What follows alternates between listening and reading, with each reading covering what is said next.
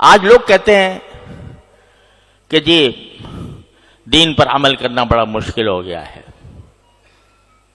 سارا معاشرہ بگڑا ہوا ہے، رشوت کا بازار گرم ہے، ہم کاروبار کریں تو کیسے کریں، بغیر رشوت کے کام نہیں ہوتا، ہم بازار میں نکلتے ہیں، گھر سے باہر نکلتے ہیں تو نگاہوں کو پناہ نہیں ملتی، اور نگاہوں کو کیسے بچائیں؟ مجلسوں میں بیٹھتے ہیں تو غیبتیں شروع ہو جاتی ہیں، کیسے بچائیں جبکہ پوری مجلس جو ہے وہ غیبتوں سے گرم ہے؟ کیسے بچائیں؟ تقاضا ہوتا ہے نماز باجماعت کا، اور ہم ایسے ماحول میں رہ رہے ہیں جہاں کسی کو فکر نہیں ہے، تو ہمارے دل میں بھی رکاوٹیں پیدا ہو جاتی ہیں۔ غرض سارا ماحول ایسا بگڑا ہوا ہے کہ اس میں ایک تنہا آدمی کیسے اس طوفان کا مقابلہ کرے؟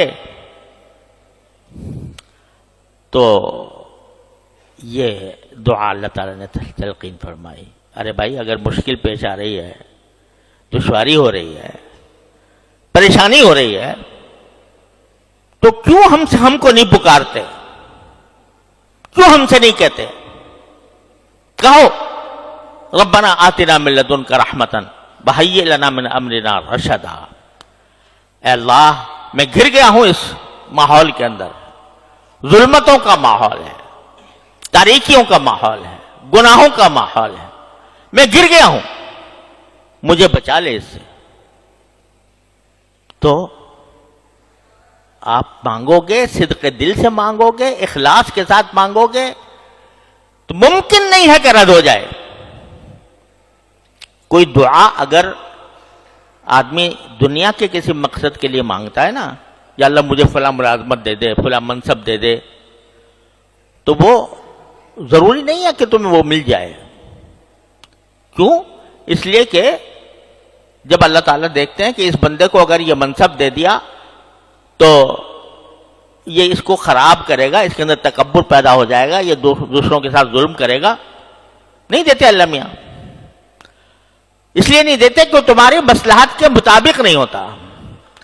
لیکن اگر تم اللہ سے دین مانگو، صلاح مانگو، گناہوں سے بچنے کی توفیق مانگو، طاعات اور عبادات کی عمل کرنے کی توفیق مانگو، اور صدق دل سے مانگو، تو کیا وجہ ہے کہ اللہ میاں قبول نہ کرے؟ دشمنی ہے تمہارے ساتھ اللہ میاں کو۔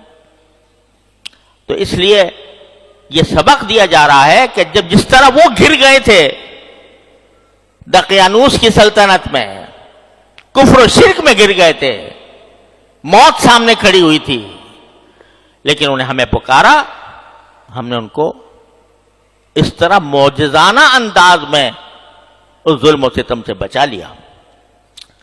تو اس لیے جب کبھی یہ شیطان کا دھوکہ دل میں آئے کہ بھائی اگر بعض لوگ کہتے ہیں کہ جی اگر ہم صحابہ کرام میں کے زمانے میں پیدا ہوتے تو پھر ہمارے لیے دین پر چلنا آسان ہو جاتا،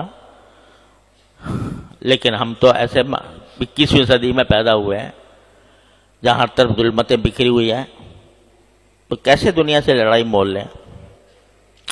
تو ہمارے حضرت والا فرمایا کرتے تھے، اللہ تعالیٰ ان کے درجات بلند فرمائے، کہ ذرا تصور کرو کہ میدان حشر سجا ہوا ہے، اور اس میں اللہ تبارک و تعالیٰ کے سامنے تم پیش ہوئے ہو، تم سے سوال ہو رہا ہے کہ تم نے دین کے فلاں حکم پر کیوں نہیں عمل کیا تھا، فلاں گناہ کا کیوں ارتکاب کیا تھا؟ جواب دے دو اللہ میاں کو کہ اللہ تو نے پیدا ہی ایسے موقع پہ، ایسے زمانے میں پیک کیا تھا جہاں ہر طرف فسق و فجور کا بازار گرم تھا، تو وہاں میں اپنے آپ کو کیسے بچاتا؟ تو اللہ تعالیٰ اس کے جواب میں اگر یہ فرمائے کہ اگر تمہیں مشکل پیش آ رہی تھی مجھ سے کیوں نہیں مانگا؟ میں نے جگہ جگہ قرآن کریم میں فرمایا ان اللہ علی کل شیء قدیر، کیا میری قدرت پر بھروسہ نہیں تھا؟ کیا میری رحمت پر بھروسہ نہیں تھا؟ کیوں نہیں مانگا مجھ سے؟ اخلاص کے ساتھ کیوں نہیں مانگا؟ کوئی جواب ہوگا؟ لہذا اگر کبھی یہ خیال آئے ایک آدمی ہے کسی گناہ میں مبتلا ہے، نہیں چھوڑا جا رہا اس سے، تو یہ تو کرے کم سے کم روز مانگے، چلتے پھرتے مانگے، اٹھتے بیٹھتے مانگے، یا اللہ میں پھنسا ہوا ہوں، اپنی رحمت سے مجھے اسے نکال دیجیے. کوشش بھی کرے اور اللہ سے مانگے بھی. دیکھو ان حضرات نے یہ نہیں کیا کہ وہیں بیٹھے رہتے اسی ماحول کے اندر اور ماحول میں بیٹھ کر مانگتے اللہ میاں سے کہ مجھے نکال دے ان میں سے. اپنی جتنی استطاعت تھی بھاگ کے غار میں گھس گئے. اتنا کر سکتے تھے نا، یہ اپنے حصے کا کام انہوں نے کر لیا، باقی اللہ پہ چھوڑ دیا. ربنا آتنا من لدنک رحمۃ وہی رحمت. یہی تم بھی کرو، جتنا تم سے ہو سکتا ہے اتنا قدم بڑھاؤ اور پھر اللہ کو پکارو، اپنے پروردگار کو پکارو، کہو ربنا آتنا من لدنک رحمۃ وہیئ لنا من امرنا رشدا. اس کے باوجود تو دیکھنا تم انشاءاللہ ثم انشاءاللہ تمہاری زندگی میں انقلاب آ جائے گا. اور اگر بالفرض نہ آیا جبکہ تم نے کوشش بھی جاری رکھی تھی اور اللہ سے مانگتے بھی رہے تھے، تو کم از کم اللہ میاں کے سامنے یہ کہنے کو تو ہوگا یا اللہ ہم نے تو مانگا تھا آپ سے، ہم نے کوشش بھی کی تھی، مانگا بھی تھا. تو اللہ میاں اس کو نامراد نہیں کرتے ہیں.